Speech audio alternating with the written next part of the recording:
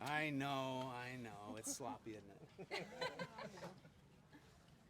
All right. Morgan, what are your biggest takeaways now that fall camp has wrapped up?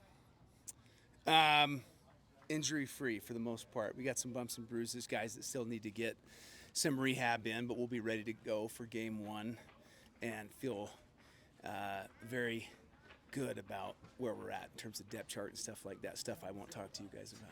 You guys are about 1 week out from the start of the season. Just what is the biggest thing left to do on the checklist? Odds and ends with some situational stuff. And, obviously now it turns from our behavior, our culture now to studying opponent film.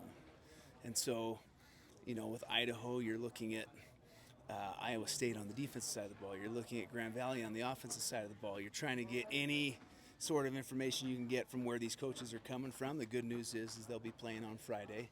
So we'll get a really good peek at that.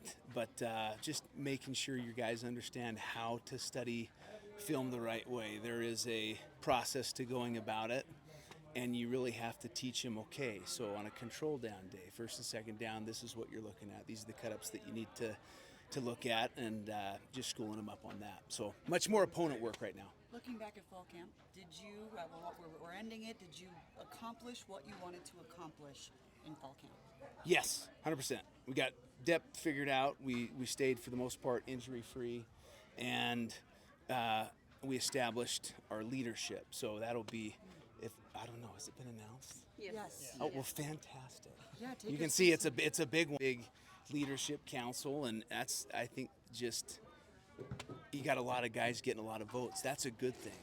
There's not one guy in that group, whether it be, from the captain group or the leadership council group, that I'm sitting there going like, I don't know. Those guys are compelling. They're bringing others with them. It's a really solid group. How do you feel about the deep defensive line depth? Really good. And you may not know why, but good to have Carson back the past couple days, and you've had a couple guys that were dinged up, and we've had to rotate and do some stuff, but really like the progress of those guys, and there may be a couple others that show up. You talked about wanting to improve red zone efficiency during camp at one point. How has that been now that camp's over? I'm glad I said that, because maybe they got butt hurt or something, because it's been fantastic since then. So maybe they thought I was calling them out. Man, really good the next couple days. That was fantastic. So McGibbon is a competitor, man. Maybe he heard that and was like, okay. No, that was good. It was, we've cleaned some stuff up for sure. Have you noticed a different energy yesterday and today, now that it's not fall camp and it's more into that game mindset? Yeah, well, and school starts. So you get school starting, and you got an academic schedule, and guys are going to school. We were practicing more in the morning during fall camp, and then you're practicing in the afternoon. So it's just making sure those guys bring the same energy regardless of what time of day you're practicing.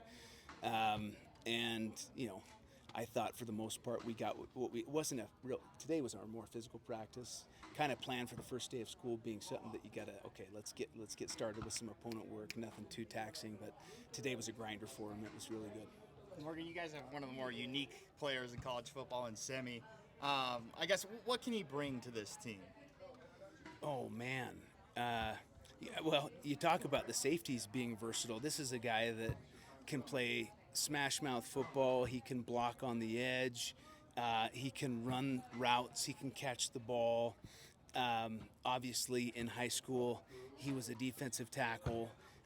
So there's a lot that this guy can do. Sione, the guy I don't want everyone to sleep on is Sione Motuapuaka.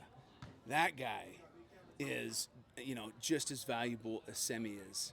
And for the exact same reasons, just the versatility of what we're able to do with him. And so can't say enough about those guys, plus the fact that they're team guys. They're guys that were recruited at one position, asked now to play a different position, and didn't bat an eye doing it.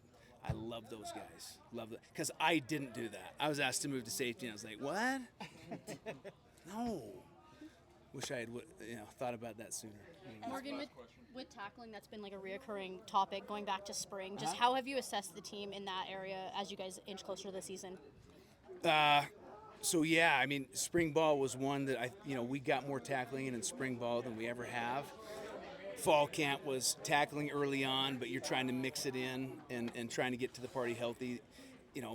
There's some guys that we certainly trust, and then other guys that if we feel like they need continued tackling work, that's going to be more in a controlled setting with scout team players, but you got to do it. You got to do it. This is, we don't go out there on Saturdays and play tag.